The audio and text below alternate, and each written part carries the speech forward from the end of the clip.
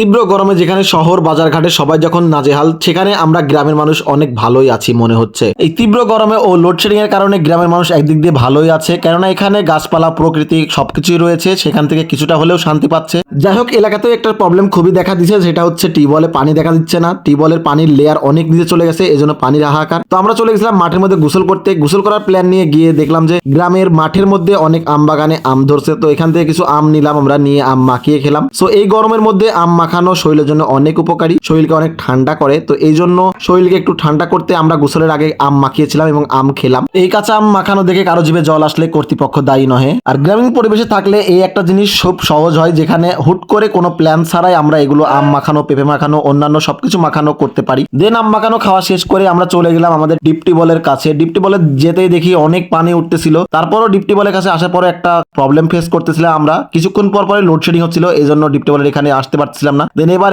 এসে এখানে গোসল করতে লাগলাম। এখানকার শীতল পানি আপনাকে সত্যিই মোহিত করবে। ডিপটি বলে শীতল পানি দেখে আর লোভ সামলাতে পারলাম না, এই জন্য এখানে শুয়ে পড়লাম। এই সাইডে দেখতে পাচ্ছেন আমি শুয়ে পড়ছি, আর এই সাইড দিয়ে পানি বেরোচ্ছিল। কিছুক্ষণের জন্য দম আটকে আসতেছিল, তারপর আবার উঠলাম। উঠে এই পানি এক এক করে গায়ে ঢালতেছিলাম মগ দিয়ে।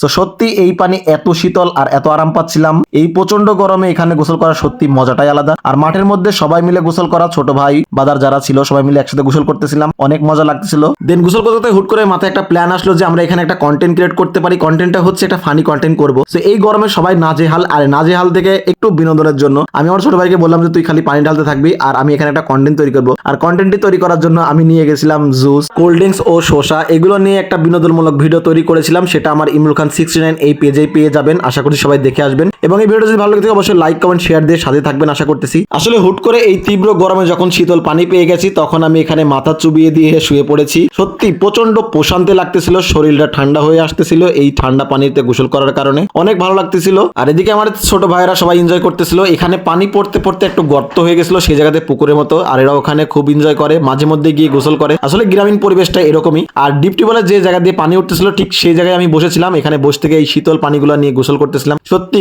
বলে বোঝাতে পারবো না আপনাদের কি শান্তি লাগতেছিল এখানে গোসল করে। আর গাইজ, তোমরা যদি কখনো গ্রামের পরিবেশে এরকম ডিপটি বলে যদি গোসল করে থাকো অবশ্যই কমেন্ট করে জানাও কেমন লেগেছিল এবং সেই দিনটা তোমাদের কেমন কেটেছিল। গোসল করতে কেমন লাগে একটু কমেন্ট করে অবশ্যই জানাবে। আর আজকের আমার এই গ্রামীণ পরিবেশে গোসল করার ভিডিও যদি তোমাদের ভালো লেগে থাকে অবশ্যই লাইক কমেন্ট শেয়ার দিয়ে সাথে থাকবে এবং তোমার বন্ধুদের মেনশন দিবে। আশা করছি। ধন্যবাদ।